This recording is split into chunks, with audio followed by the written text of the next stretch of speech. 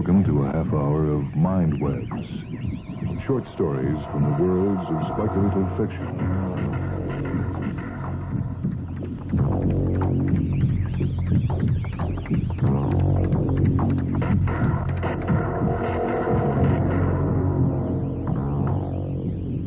This is Michael Hansen speaking, this time with 2 MindWeb stories. The first time around, it's a story from New Worlds of Fantasy number 2, edited by Terry Carr. It's Britt Schweitzer's Passant.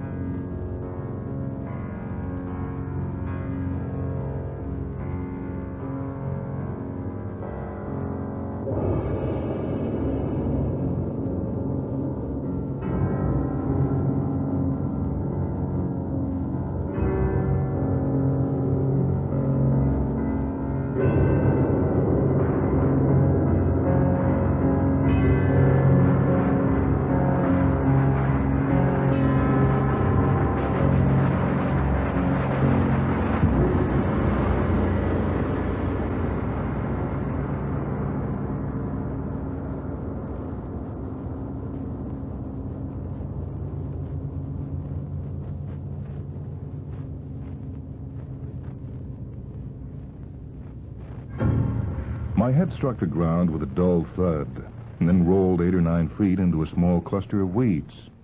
It's difficult to describe the dizzy blur of colors and shapes I witnessed as this event took place, but the discomfort I experienced can be readily imagined. The impact upon striking the ground was so severe that I remained in a dazed, semi-conscious state for a considerable time thereafter. I do not know, in fact, how long it was before my senses were again fully operative. My first clear impression was of some insect roaming aimlessly over the side of my face, a tormentor against whom I seemed quite helpless, until it made the error of crawling too close to my mouth, whereupon, with a shudder, I spat him away. This encounter was sufficient to revive me to full consciousness. I became aware of a throbbing pain on the left side of my head, a little above and to the right of the ear, a pain which brought the memory of my unfortunate topple into grim focus, and led me to an awareness of the difficult situation in which, as a result, I found myself. I gazed around and saw only earth and sky. I listened intently for several moments, but heard nothing. Looking again at my surroundings, I noticed in the extreme corner of my limited view the presence of a shadow. Inasmuch as my visual angle to the ground was extremely awkward, I was unable to make out the details, but it seemed to be a figure of some kind, perhaps human. I tried to shift my position in such a way that the figure would come into view. After some experimentation, I found that I was able to pivot my head around by careful movement of the jaws. Soon there emerged into sight the figure of a man standing in frozen stride. With relief, I called out, but he made no sound or motion in response. I examined the still figure more closely and noticed with a sudden start that it was headless. I was watching my own body. After recovering from the initial surprise, I became fascinated with the idea of viewing my figure from such an unusual aspect. I examined it with interest for several minutes before my thoughts returned again to the gravity of my predicament. It was good, certainly, that my entire being was now accounted for, but there was still the problem of reuniting the parts. I called out again to the motionless figure, but there was no response. I shouted several times, hoping to stir it to action on its own behalf, but soon realized that any attempt at communication would prove futile. I paused to study the body again, and it occurred to me that I had never before been able to view myself from such a convenient angle, and with complete objectivity, as if examining the figure of another person. My mind returned abruptly, however, to the serious problem with which I was confronted. Being myself altogether immobile, any hope of restoration seemed to lie in gaining assistance from a second party. I began to shout very loudly for help, but my efforts were useless. A sense of panic swept over me as I began to contemplate my helplessness. As there was no other living thing in view, it appeared that I might be destined to remain thus in repose for some considerable time. I assured myself, however, that someone would eventually happen to pass by and, seeing the situation, offer assistance. I decided to wait. I waited for several days. During that time, I spent many hours absorbed in study of my torso. As the sun moved through its daily course, varying patterns of light would fall on the figure, thus presenting a marvelous panorama of shadow and flesh. I came to know the contour of every muscle, every misshape, every blemish. I was disappointed to realize that, in honest appraisal, my form was rather unexceptional. No worse than average, to be sure, but hardly statuesque. It presented, nevertheless, a remarkable image from which could be studied the rhythmic action of each muscle poised in the arrested motion of a single instant. I eventually began to lose hope that anyone would ever pass that particular place, and it seemed for a moment that I might be fated to spend eternity in visual contemplation of my headless body. It seemed curious that not one person should have passed after so long a time, and the thought occurred to me that the same fate which had struck me to immobility might have befallen every living thing. Perhaps the world was now populated by countless heads scattered at isolated intervals, each in contemplation of its own detached body, each vainly hoping for the chance passing of another. Perhaps this was the way the universe was to end, with its living things, so tirelessly and meticulously developed, now cast into a pattern of helpless absurdity. Well, having finally abandoned all hope of rescue, I began to consider a plan whereby I might improve my own situation. I had discovered during the days of waiting that I was not altogether incapable of movement, that with proper action of my jaws, I could propel myself somewhat in the manner of a snake. The motion was slow, almost imperceptible, but it seemed to offer the only faint hope of altering my situation. In this manner, I set out to bring head and body closer together. I soon discovered that the task was extraordinarily difficult.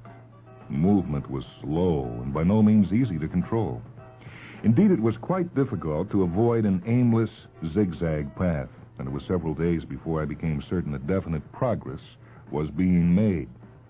Moreover, the effort was quite exhausting, and my muscles soon began to ache unbearably. Although I made no attempt to keep track of time, it was many days before I had covered even half the distance, and I was by then near a state of collapse. The sight of my figure began to infuriate me, fresh and vigorous looking as it was, yet not contributing one iota in the struggle for its own preservation. At one point, in fact, in an almost delirious rage, I found myself cursing at it violently. "You foolish ass, why don't you do something to help?" When I had at last reached a position directly under my body, I began to wonder whether my arduous labors would prove to be of any practical use. It was reassuring to finally touch its flesh after such a lengthy separation, but I found that I was not able to stir it in the least. It remained quite unmoved, even when bitten vigorously. Moreover, I was unable to topple it with even the most strenuous exertion. I rested for several days in order to recover my strength, and at the same time attempted to work out a solution to my awkward problem. Gradually, I conceived the details of a fantastic plan, whereby, if successful, I might be eventually on my way again in one piece. My scheme was simply to gain a firm grip on one of my legs and slowly work my way upwards by means of lateral movements of the jaw. When this thought first occurred to me, I dismissed it as absurdly impractical, but ultimately decided that it must be tried as no other possibility remained. My experiences in ground propulsion already forewarned me that such an endeavor would require every ounce of stamina and strength I could muster, and would necessarily have to be planned with great care if there was to be any hope of success.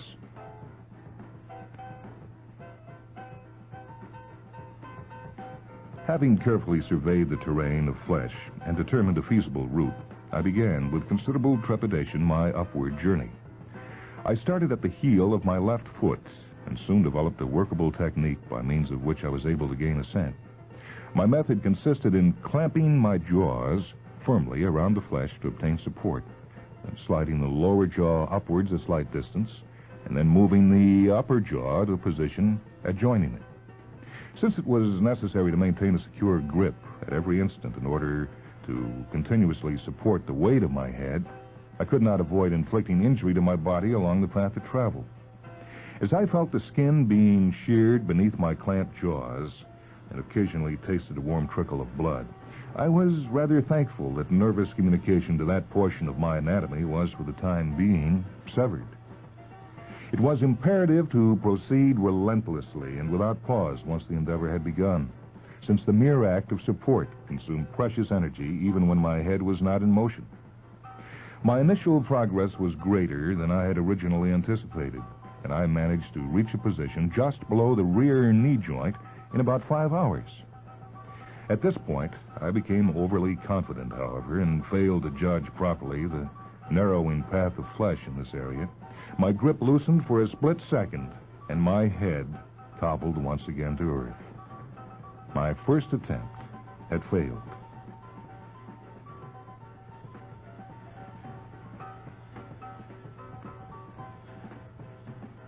My initial trial gave me a degree of confidence, however, and after a day of rest, I began a second journey, determined this time to succeed at all costs. I debated for some while the choice of route for my second try. The previous path had been a good one, but I hesitated to inflict further damage on those areas of flesh which had already been severely lacerated. So I decided finally to begin at the right leg. I was able in my second effort to reach the buttocks after one day of travel. My jaws were by that time tired and numb, and I feared I might lose control over their movements. Yet I had no choice but to continue as long as any vestige of strength remained.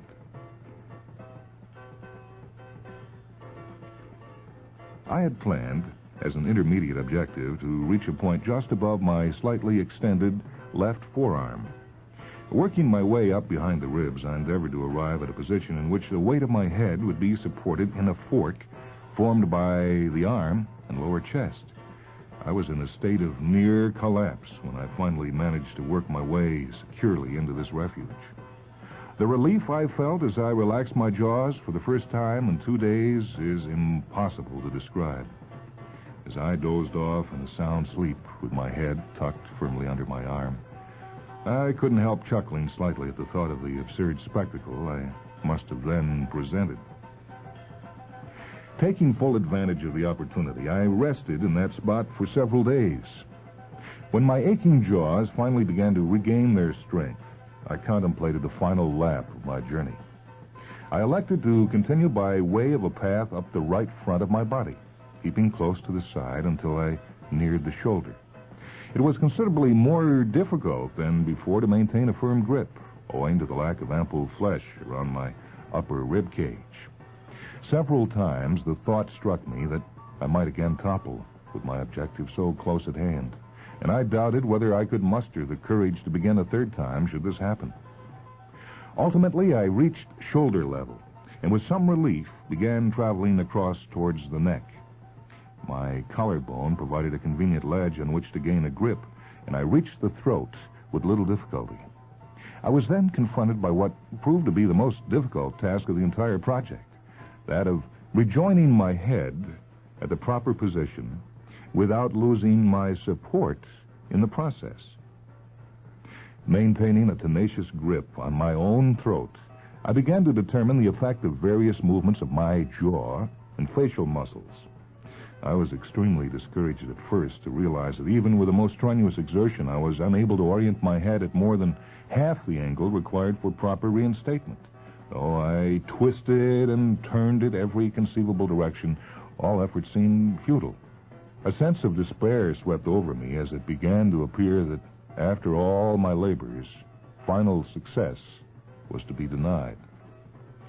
I found that matters could be improved considerably, however, by moving around to the side of the neck and forcing its upper surface to tilt slightly by severe compression of its flesh between my teeth. It was with some regret that I performed this maneuver, as I was apprehensive of the possibility that the wounds I was inflicting might prove mortal. Yet this procedure, despite its grave risk, seemed to offer the only hope of eventual success. Straining every available muscle to the utmost, I was able to force the severed surfaces gradually nearer and nearer to one another. When contact was finally achieved, the pain of all the horrible lacerations which I had been forced to inflict on myself shot through me in an excruciating rage. The thrill of feeling myself again whole, however, made the suffering seem inconsequential. As I caused my limbs to move for the first time in many weeks, I discovered, with sudden shock, that my head was on backwards. This fact proved to be less serious than amusing, however. With arms now at my control, it was a simple matter to reach up and twist it to the right position. Having done this, I paused for an instant to breathe a sigh of relief, now that this extraordinary incident in my life had come to a close. Then, with renewed vigor, I continued my interrupted journey, determined henceforth to remain indoors on windy days.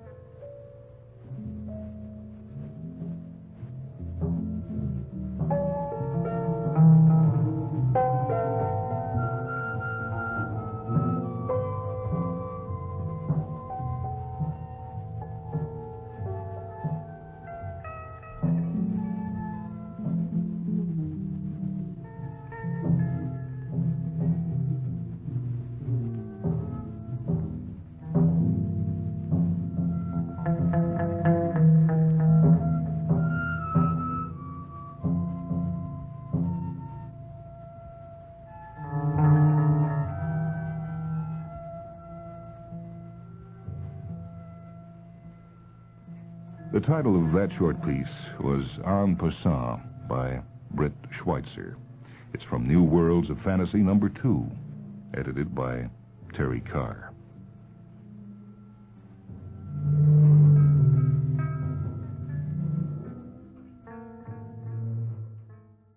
This edition of MindWebs keeps rolling now with our second story of this session.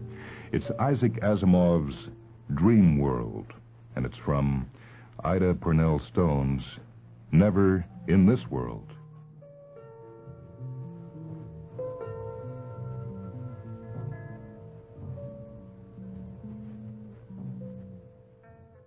At 13, Edward Keller had been a science fiction devotee for 4 years. He bubbled with galactic enthusiasm. His Aunt Clara, who had brought him up by rule and rod and pious memory of her deceased sister, wavered between toleration and exasperation. It appalled her to watch him grow so immersed in fantasy. "Face reality, Eddie," she would say angrily. He would nod, but go on. "And I dreamed Martians were chasing me, see? I had a special death ray, but the atomic power unit was pretty low and..." Every other breakfast consisted of eggs, toast, milk, and some such dream. Aunt Clara said severely, "Now, Eddie, one of these nights you won't be able to wake up out of your dream. You'll be trapped. Then what?" She lowered her angular face close to his and glared. Eddie was strangely impressed by his aunt's warning. He lay in bed staring into the darkness. He wouldn't like to be trapped in a dream. It was always nice to wake up before it was too late, like the time the dinosaurs were after him. Suddenly, he was out of bed, out of the house, out on the lawn.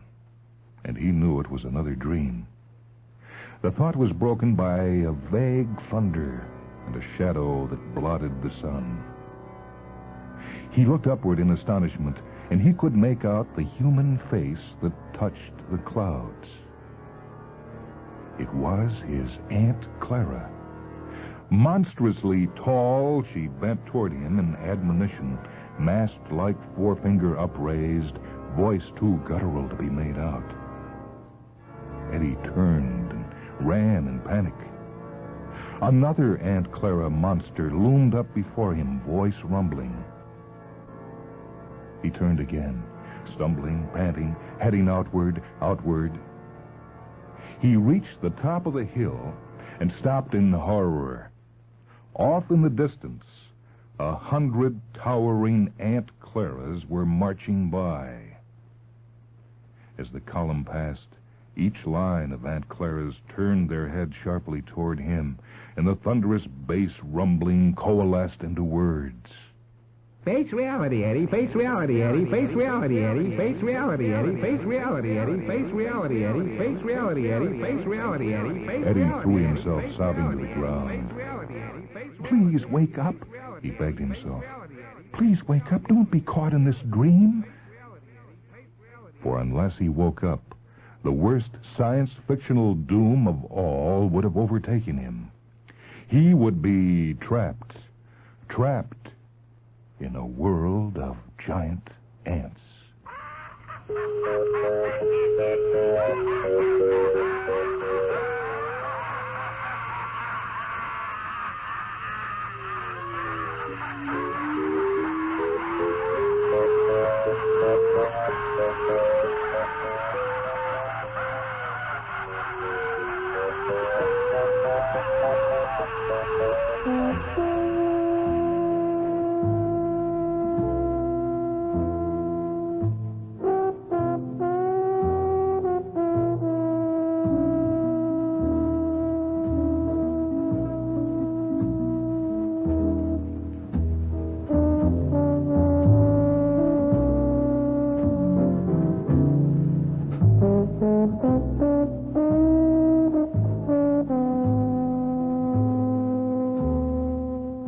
That story, the second one of the session, was titled Dreamworld, written by Isaac Asimov.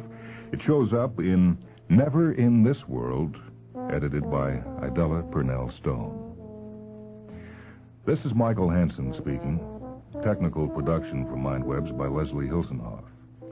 MindWebs comes to you from WHA Radio in Madison, a service of University of Wisconsin Extension.